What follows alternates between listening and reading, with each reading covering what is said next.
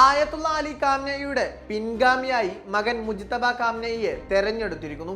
ഇറാന്റെ assembly of എക്സ്പേർട്സിന് അവരുടെ നടപടിക്രമങ്ങൾ പൂർത്തിയാക്കാനുള്ള സമയം മാത്രമേ 56-കാരനായ മുജ്തബയെ തെരഞ്ഞെടുക്കാൻ എടുത്തിട്ടുള്ളൂ.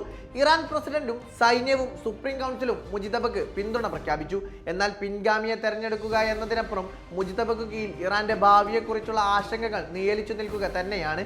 ഖാംനെയുടെ പിൻഗാമി ആരായാലും അവരുടെ നേതൃത്വം അംഗീകരിക്കില്ലെന്ന് US പ്രസിഡന്റ് ഡൊണാൾഡ് ട്രംപ് ആവർത്തിച്ച് വ്യക്തമാക്കിയിട്ടുണ്ട്. Have to take him out. Does he have a target on his back? You mean the new supreme leader?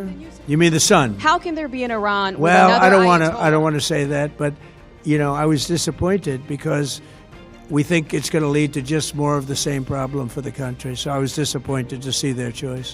തങ്ങളുടെ അനുമതിയോ താല്പര്യമോ പരിഗണിക്കാതെയാണ് ഇറാൻ പുതിയ നേതാവിനെ തെരഞ്ഞെടുത്തതെന്നും അധിക നാൾ വായിക്കില്ലെന്നും ട്രംപ് ഭീഷണി മുഴക്കിയിട്ടുണ്ട്. ഇസ്രായേലിനെ നശിപ്പിക്കാൻ ശ്രമിക്കുന്ന ഏത് ഇറാൻ നേതാവും തങ്ങളുടെ ലക്ഷ്യമായിരിക്കുമെന്ന് ഇസ്രായേൽ പ്രതിരോധ മന്ത്രി ഇസ്രായേൽ കാറ്റ്സും വ്യക്തമാക്കിയിട്ടുണ്ട്. എന്നാൽ ഇറാന് പൂർണ്ണ പിന്തുണ പ്രഖ്യാപിച്ചിരിക്കുകയാണ് ചൈന. ഇറാന്റെ ആഭ്യന്തര കാര്യങ്ങളിൽ പുറത്തു നിന്നുള്ള ഇടപെടൽ അനുവദിക്കില്ലെന്നും പുതിയ നേതാവിനെതിരായ ഏത് നീക്കവും കടുത്ത പ്രത്യാഘാതങ്ങൾ ഉണ്ടാക്കുമെന്നും ചൈനീസ് വിദേശകാര്യ മന്ത്രാലയം മുന്നറിയിപ്പ് നൽകിയിട്ടുണ്ട്. നേരത്തെ റഷ്യയും ഇറാന്റെ പരമാധികാരം തകർക്കാൻ ആരെയും അനുവദിക്കില്ലെന്ന തരത്തിൽ പ്രസ്താവന നടത്തിയിരുന്നു. ഇറാന്റെ ഭരണമാറ്റത്തെ ചൊല്ലി വരും ദിവസങ്ങളിൽ വൻ ശക്തികളായ രാഷ്ട്രങ്ങൾക്കിടയിൽ ചേരിപ്പോര് രൂക്ഷമാകുമെന്നാണ് ഇത് വ്യക്തമാക്കുന്നത്. ഇറാൻ നിലവിൽ അഭിമുഖീകരിക്കുന്ന പ്രതിസന്ധിയിൽ നിന്ന് മുജ്തബക്ക് രാജ്യത്തെ കരകയറ്റാനാകുമോ എന്ന സന്ദേഹവും പങ്കുവെക്കുന്നവരുണ്ട്. നിലവിൽ ഇറാൻ ഭരണകൂടത്തിൽ വിള്ളലുകളുണ്ട്.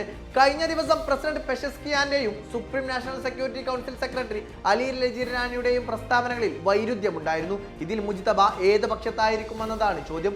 മുജ്തബ പ്രതിസന്ധികളെ എങ്ങനെ നേരിടുമെന്നും ഉത്തരം കിട്ടാത്ത ചോദ്യമായി തുടരുകയാണ്. പിതാവ് ഖാംനെയെ പോലെ ദീർഘകാല രാഷ്ട്രീയ അനുഭവ പരിചയം മുജ്തബക്കില്ല.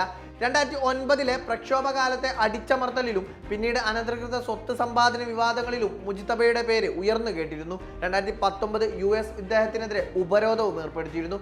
എന്നാൽ പിതാവിന്റെ ഖ്യാതി നിലനിർത്താൻ മുജ്തബക്ക് കഴിയുമോ എന്നത് കാത്തിരുന്ന് കാണേണ്ടതാണ്.